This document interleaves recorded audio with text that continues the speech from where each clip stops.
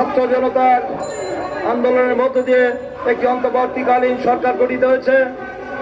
ইতিমধ্যে আমরা জেনেছি 1581 জন ছাত্র জনতা আত্মহত্যা দিয়েছে।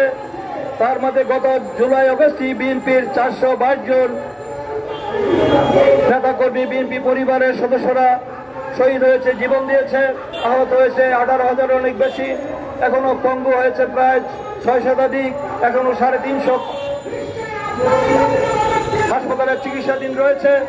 আজকে এমন একটি অবস্থায় আমরা আবার লক্ষ্য করছি যে এই অন্তর্বর্তীকালীন সরকার বিরুদ্ধে দেশীয় আন্তর্জাতিক চক্রান্ত চলছে।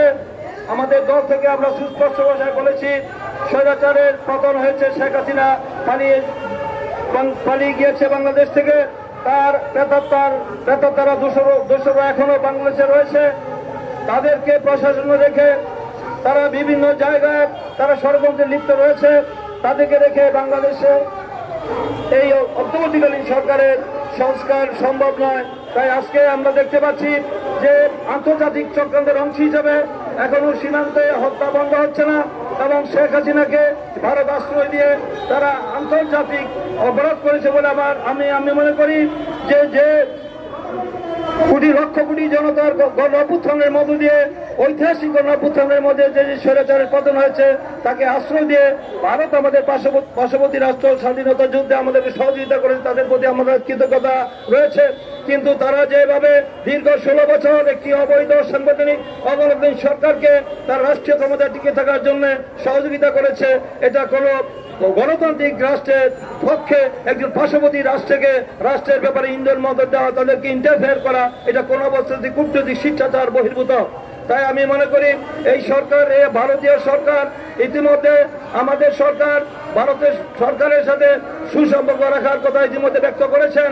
আমরা চাই ভারতের সাথে সুসম্পর্ক আমাদের থাকুক। অবিলম্বে ভারত সরকারের কাছে আমাদের রাষ্ট্রের যে পররাষ্ট্র উপদেষ্টা আছেন সেই তাদেরকে বলবো, এই ডক্টর মোহাম্মদ ইউনূস সরকারকে বলবো যে আপনারা অবিলম্বে শেখ হাসিনাকে যে মানবতা অপরাধ করেছে, যে আমাদের হাজার হাজার নেতা কর্মীকে জনগণকে হত্যা করেছে, তাকে বাংলাদেশে ফিরিয়ে দিয়ে তাকে আইনের আওতায় এনে দৃষ্টান্তমূলক শাস্তি তাকে সহ তার দোষীদেরকে করতে হবে।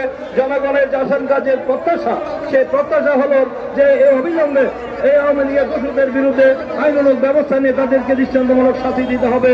তা নাহলে এই যে জীবন যে দিয়েছে, যে অর্থে আমরা আজকে মুক্ত হয়েছি, আমরা নতুন করে দেশ আবার স্বাধীন হয়েছে, সেই দেশের মানুষ আবার তারা এই দেশে আবার যদি আমাদের কোনো ভুলের কারণে আবার যদি কোনো অবশক্তি রাষ্ট্রীয় ক্ষমতা আসে, তাহলে এই দেশের রক্ত অর্থহীন হয়ে যাবে, এই শহীদের রক্ত অর্থহীন হয়ে যাবে। তাই আমি মনে করি যে অবিলম্বে আমাদেরকে এই সরকারকে এই বিষয়গুলো অত্যন্ত গুরুত্ব সহকারে দেখে আবার আমাদের জাতীয় নেতৃবৃন্দের সাথে আলোচনা করে পরামর্শ করে তারা যদি কোনো রকম তাদের সীমাবদ্ধ থাকে তাহলে পদক্ষেপ নেওয়ার জন্য আমরা আবেদন জানাচ্ছি। আমি চাই যে একটি যৌক্তিক সময়ের মধ্যে তারা একটি অন্তর্বর্তীকালীন এই সরকার একটি জাতীয় নির্বাচনের ব্যবস্থা করবেন, যার জন্য 17 বছরে এই দেশের মানুষ নির্বাচনের থেকে বঞ্চিত হয়েছে, ভোটাধিকার থেকে বঞ্চিত হয়েছে।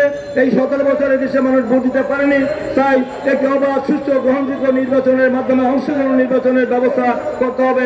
কোনো কারণে সংস্কারের কথা বলে হালনাগাদ ভোটাধিকার ভোট গ্রহণ করার কথা বলে, হালনাগাদ ভোটের তালিকা করার কথা বলে দীর্ঘ সূত্রিতা করা এবং দীর্ঘায়িত করা, জনগণ সেটা মেনে নাও নিতে পারে। এই সুযোগে যদি দীর্ঘ 5 বছরের 2 বছর, আপনারা কেউ বলেন 3 বছর, কেউ 5 বছর, আমরা মনে করি একটি খুব দ্রুত সময়ের মধ্যে আমরা কোনো বাইন্ডিং দিতে চাই না। আমাদের সরকার কোনো বাইন্ডিং দেয়নি। একটি সুস্থ বা নির্বাচন করার জন্য কতদিন সময় লাগতে পারে, তাই সংস্কারের কথা বলে যেন দীর্ঘায়িত করা না হয়। এই জন্য আমি মনে করি যে এই সরকার অনতিবিলম্বে একটি রোডম্যাপ, যে রোডম্যাপের কথা আমাদের দল থেকে বলা হয়েছে, সুনির্দিষ্ট করা যে কবে নাগাদ তারা এই হালনাগাদ ভোটার করবেন এবং ভোটের তালিকা করবেন এবং কবে নাগাদ তারা এই মৌলিক সংখ্যাগুলি শেষ করবেন। শেষ করে দ্রুত সময়ের মধ্যে একটি নির্বাচন দিয়ে, স্বাধীন নির্বাচন কমিশনের মতো একটি নির্বাচন দিয়ে তারা জনগণের সরকার জনগণের কাছে ক্ষমতা হস্তান্তর করবেন। দ্রুত সময়ের মধ্যে তারা যদি ক্ষমতা হস্তান্তর না করেন, জনগণের মধ্যে সংশয় সন্দেহ দেখা হবে। আবার কি আমরা এই গণতন্ত্রের অধিকারের জন্য আন্দোলন করব? সে আন্দোলন করার জন্য আমার জন্য যে কারো রক্ত দিতে না হয়, জীবন দিতে না হয়, এই দীর্ঘ সময় নেওয়ার কারণে যেন কোনো তৃতীয় শক্তি আবার রাষ্ট্রীয় ক্ষমতা দখল করার জন্য মাথা তারা দিয়ে উঠতে না পারে, তাই সরকারকে সতর্ক থাকতে হবে। তাই অবিলম্বে আপনারা এই বিষয়গুলি দ্রুততার সাথে আলোচনা করে আপনারা সমাধান করবেন, তাহলে আবার আন্দোলন শুরু হতে পারে। তাই আমি মনে করি ভোটাধিকার এবং গণতন্ত্র অধিকার আদায় না হওয়া পর্যন্ত, মানুষের মৌলিক অধিকার গণতন্ত্রের পূর্ণ বিজয় না হওয়া পর্যন্ত আমাদের আন্দোলন এখনো শেষ হয়নি। তাই সেই আন্দোলন করি আমাদের দাবি আদায় করতে হবে। এই আন্দোলন সংগ্রামের মধ্য দিয়ে এই সরকার আমাদের প্রতিষ্ঠা হয়েছে।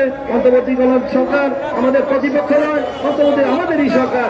এই সরকারের কাছে এই দাবিগুলি আমাদের যৌক্তিক দাবি, জনগণের দাবি। তাই জনগণের দাবি পূরণের জন্য এই সরকার দ্রুত সময়ের মধ্যে সেই দাবিগুলি বাস্তবায়ন করবেন, এটি জনগণের প্রত্যাশা। সেই আশাবাদ ব্যক্ত করে আগামী দিনে এবং অবিলম্বে এই হাসিনা সহ দূষকদের বিচারের আওতায় দাবি জানিয়ে, তাদেরকে দৃষ্টান্তমূলক শাস্তি দাবি জানিয়ে, জনগণের প্রত্যাশা পূরণ করার দাবি জানিয়ে আমার সংক্ষিপ্ত বক্তব্য শেষ করছি।